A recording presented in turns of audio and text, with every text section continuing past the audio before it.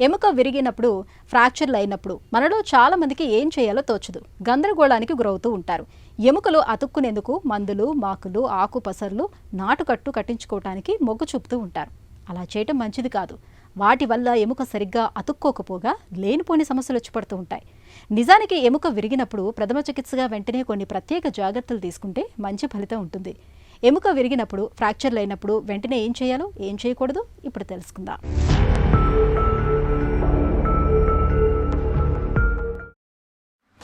ప్రమాదాలు జరిగినప్పుడు లేదా ఎత్తైన ప్రదేశం నుండి క్రింద పడినప్పుడు ఎముకలు విరిగిపోతుంటాయి. ఎక్కువగా చేతులు, కాళ్ల ఎముకలు ఇలా విరుగుతుంటాయి.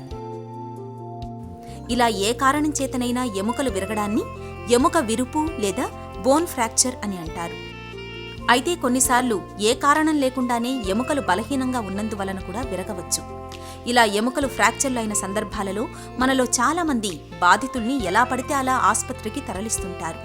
అలా చేయడం వల్ల ఎముకల్లో ఫ్రాక్చర్లు మరింతగా పెరిగే ప్రమాదం ఉంది. ఎముకలు విరిగినప్పుడు ముందుగా దెబ్బ తగిలిన చోట రక్తస్రావం అవుతున్నట్లయితే గాయాన్ని శుభ్రపరిచి రక్తస్రావాన్ని అరికట్టాలి. దెబ్బ తగిలిన భాగానికి విరిగిన ఎముక కదలకుండా కర్రబద్దలతో ఆధారం కల్పించాలి. జాగ్రత్తగా గట్టిగా కట్టుకట్టాలి. బ్యాండేజీ విరిగిన ఎముక మీద కాకుండా దానికి అటూ ఇటూ కట్టాలి. అయితే రక్త ప్రసరణ ఆగిపోయేంత గట్టిగా కట్టకూడదు. ఎముక విరిగిన భాగాన్ని కాస్త ఎత్తులో ఉండేలా కింద దిండును ఉంచాలి. నొప్పి మరీ తీవ్రంగా ఉందని చెబుతున్నప్పుడు ఐస్ ప్యాక్తో కాపడం పెట్టడం మేలు. బాధితుల్ని చదునుగా ఉండే చెక్కబల్ల వంటి వాటిపై పడుకోబెట్టి సాధ్యమైనంత త్వరగా ఆసుపత్రికి తీసుకెళ్లాలి.